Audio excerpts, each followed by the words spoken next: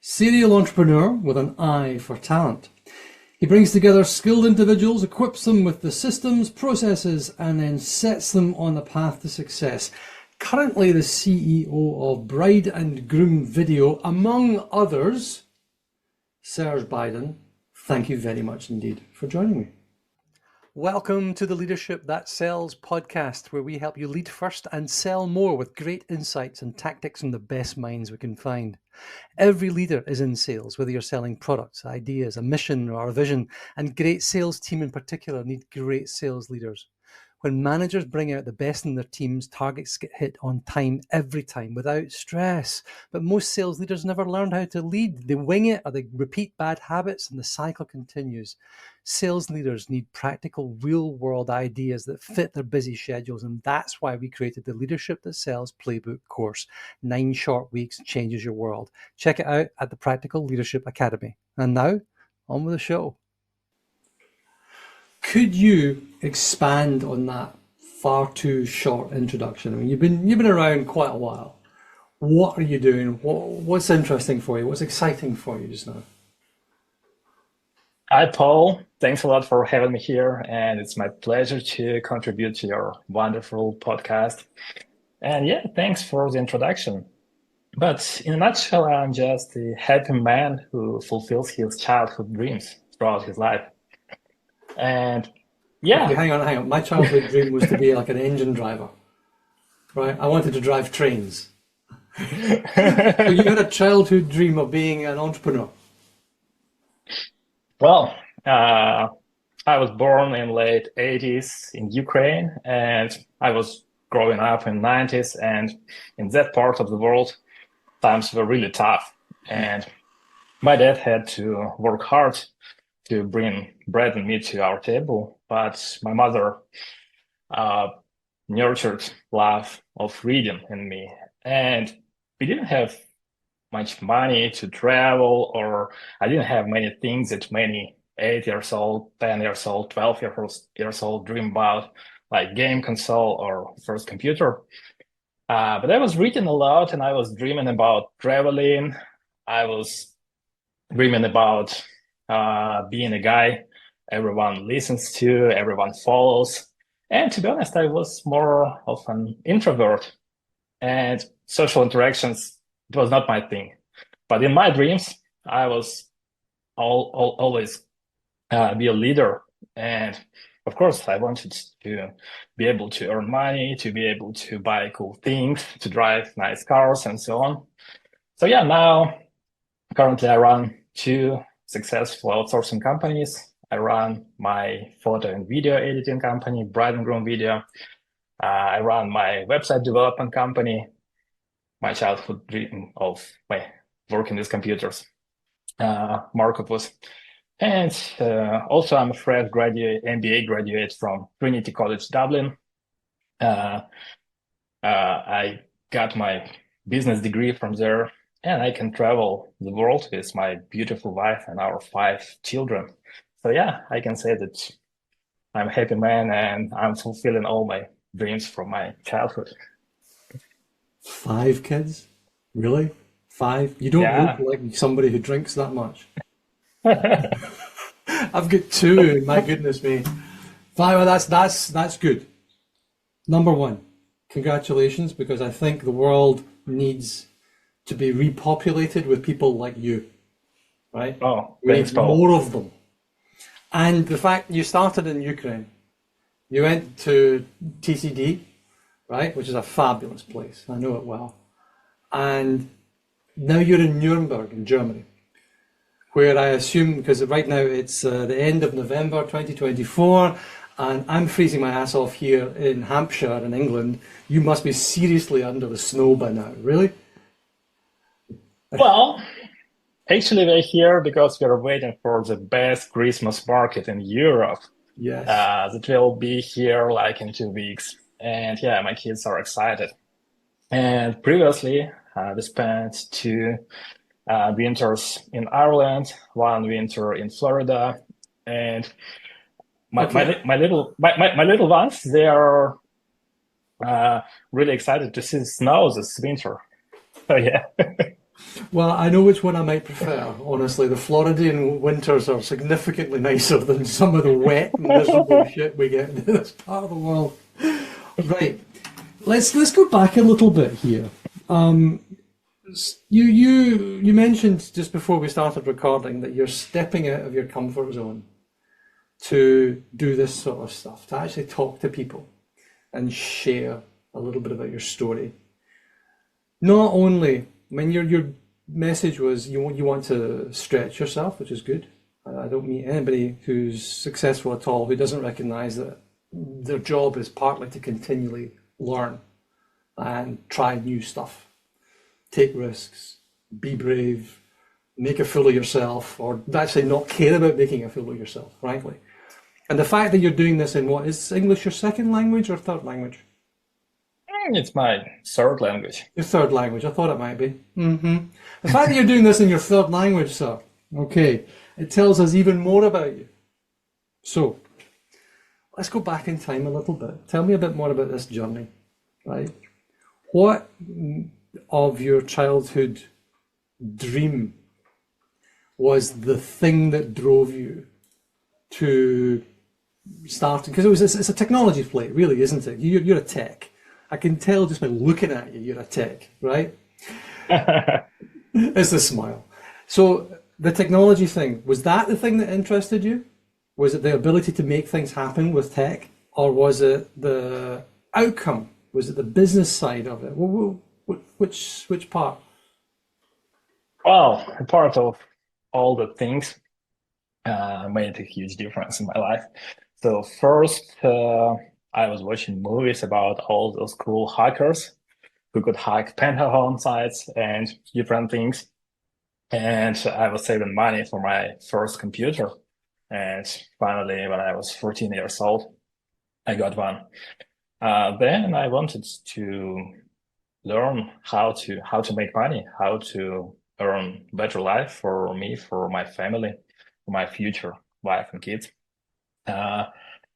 And actually, my first job was not in tech. My first job was an assistant at the construction site.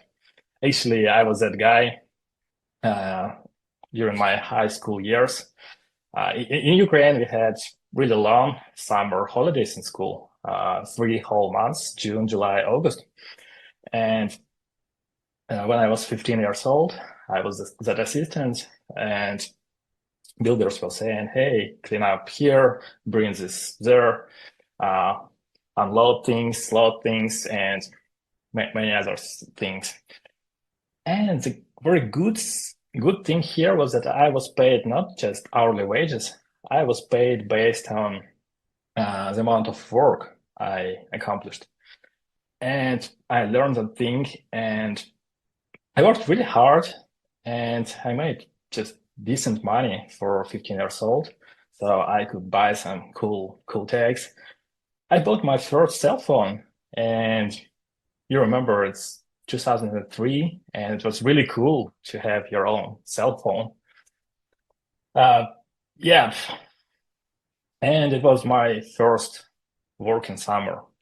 And the next working summer, that construction company took another big project, and they needed 4 assistants.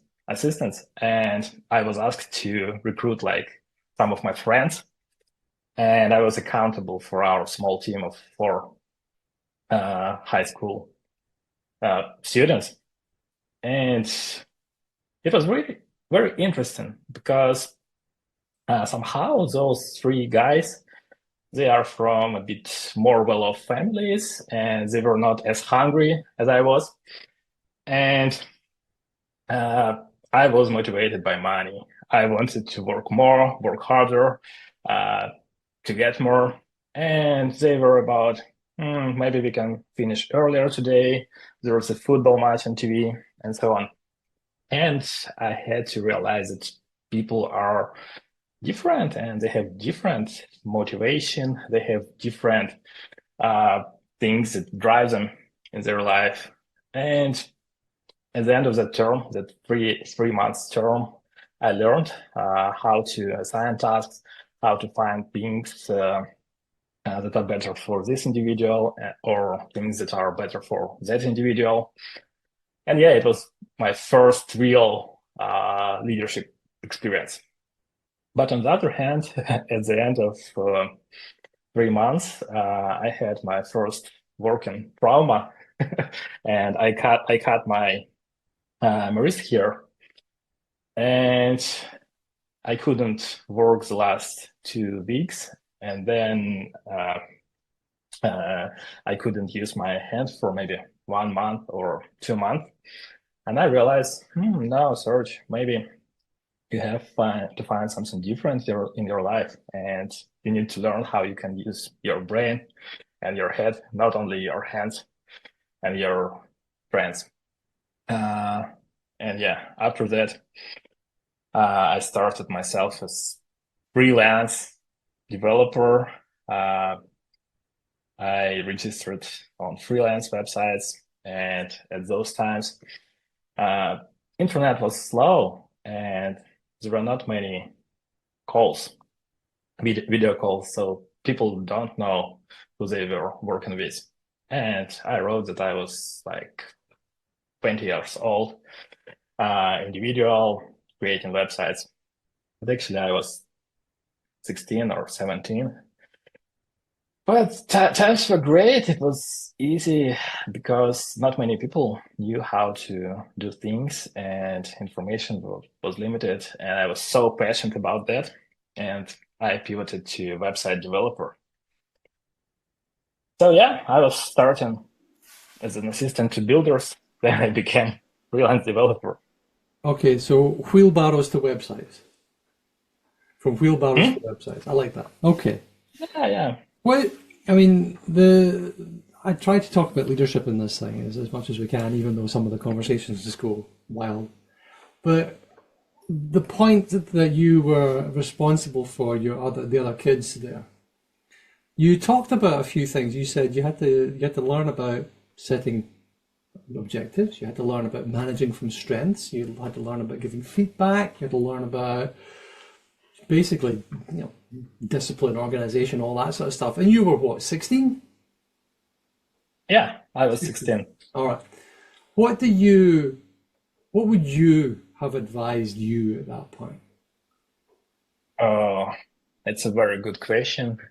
Maybe not only to myself when I was 16, but maybe when 20 and 25. Uh, don't be afraid to give negative feedback to people. It's number one. And number two, if you feel that you want to fire this person, you need to do it as soon as possible. Second chances, third chances, fourth chances never work. No. I think that's possibly my biggest learning, my biggest takeaway from all the years of management and leadership that I've had is the minute you recognize that a change needs to happen, make the damn change. Make the change. And then you don't have to be firing somebody, but it has to make a change of some description. So if somebody's not working out, you find something else for them. You move them, you train them, you do whatever. But in that role at that time in that way, no.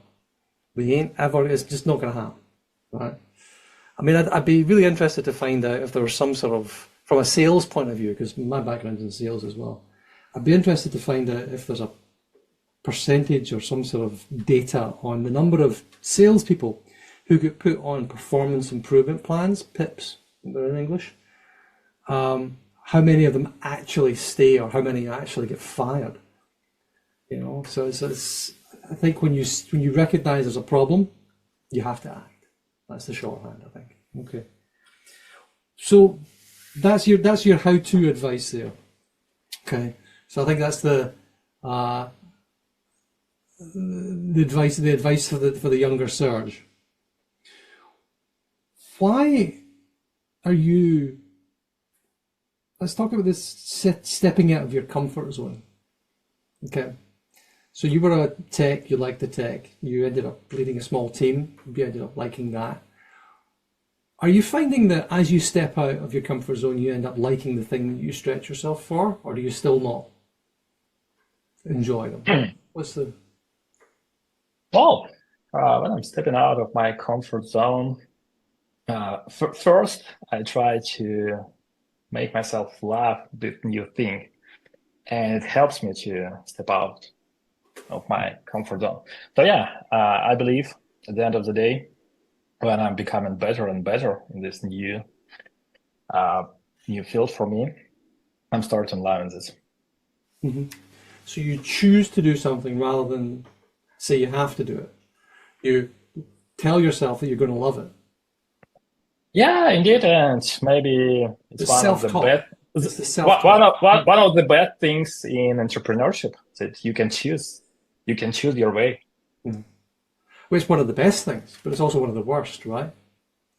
Is you have to Yeah, choose. There's nobody else who's going to choose it for you. Sometimes it's just nice to be told what to do. Sometimes, here, do sometimes. this. Okay, right. Take these bricks and move them over there. Okay. But yeah, even doing that, as I said, I was paid based on the amount of work I accomplished. And now I realize that in all my career, in all my life, I never worked for a fixed salary. Uh-huh. Oh, My interesting. my pay was always dependent on myself, on how much I push myself, on how much I can bring to the market. You And know, yeah, it's interesting. I think that is possibly one of the transformational understandings.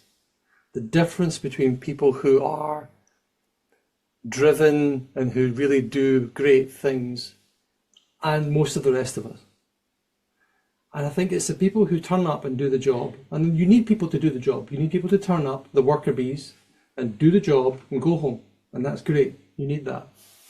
But I think the transformational ones, are the ones who recognize that there is a connection between effort, between output and reward. Now, whether that reward is intrinsic, so I feel better because I've worked harder, or extrinsic, as in somebody hands me a bucket of cash rather than a small wodge of cash,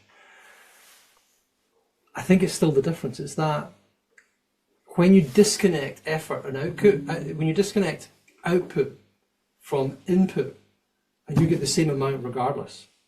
So you're at McDonald's and you're flipping 1,000 burgers a minute, or you're at McDonald's and you're flipping one burger a minute, you're still getting paid the same. All right? Because it's not your store. If it was your store, you'd be there whacking the damn things out as fast as you possibly could. Because you want your money, right? So what do you think about this connection? Am I missing something? Yeah, actually, I don't even know how it is to work for fixed hourly I wage don't or even know. I love it. monthly salary. Who the hell does that? Most people. But even this idea makes me scared. It means that, okay, if I want to buy something next month, what can I do? I don't have this money and all these promotions. I need to go to my manager and ask for promotion once in some fixed period of time. And especially, I know in the UK, in Ireland, it's not as flexible, for example, as in the US. And there are some grades, and it's really hard to skip one grade and go faster than others. And this idea, yeah, it makes me scared. But when I work on myself, I know, okay, I have big plans. What can I do to achieve that? And it makes my brain think, okay, if I do this, the outcome can be that. Of course, there are risks here, but uh, risks are everywhere, but rewards are not everywhere. Uh-huh. I was talking to a guy yesterday who said that risks are his oxygen, right? Risk is his oxygen. He feeds on risk. And it's not reckless or crazy, it's just he needs the drive of making the choice and owning. You need to own the thing. You need this idea is close to me. Yeah, I feel the same way. Uh-huh. Fascinating. Is there an event or a mistake or something that happened that taught you the most in your life so far? I think all my mistakes are connected to the things that I told before. I was giving people second, third, fourth chances without giving proper negative feedback. And somehow I was thinking that they will change, that they will do something differently. But now I realize how stupid I was and how stupid it is to expect something new if you're doing things the old way. It never works. It's a rare beast. It's a rare beast. What are you currently working on? Other than your two companies, you've got Markup Us, you've got Yeah. Bride and Groom Video. Uh, Currently, I spend maybe 80% of my time in Bride and Groom video, and this business is growing really fast. I'm happy with that.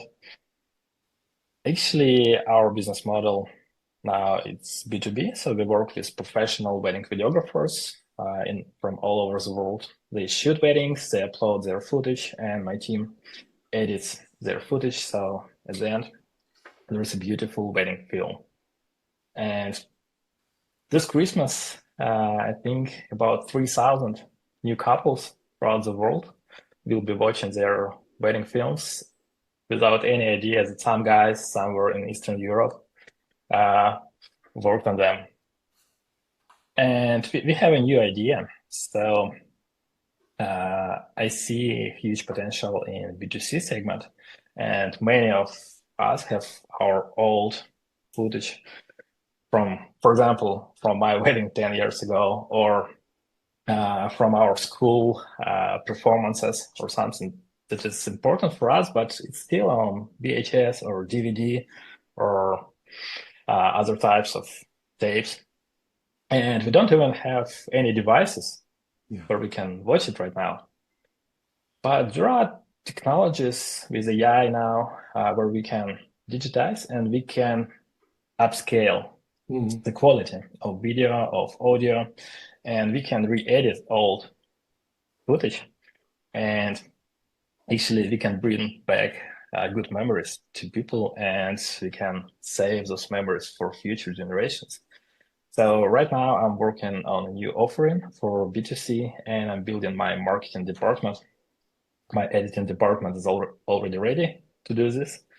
And yeah, I'm looking for people who can help me organize all my marketing efforts, especially in social media. Well, if you're listening and you are a social media expert, do please reach out to Serge Baidin. His Yeah, contact details will be in let's do. the episode, I'm sure. I'm sure. We need to wrap this up, but let's finish on one key message from you, from your experience, from life, from business, the universe, 5 children, traveling the world, following your dreams.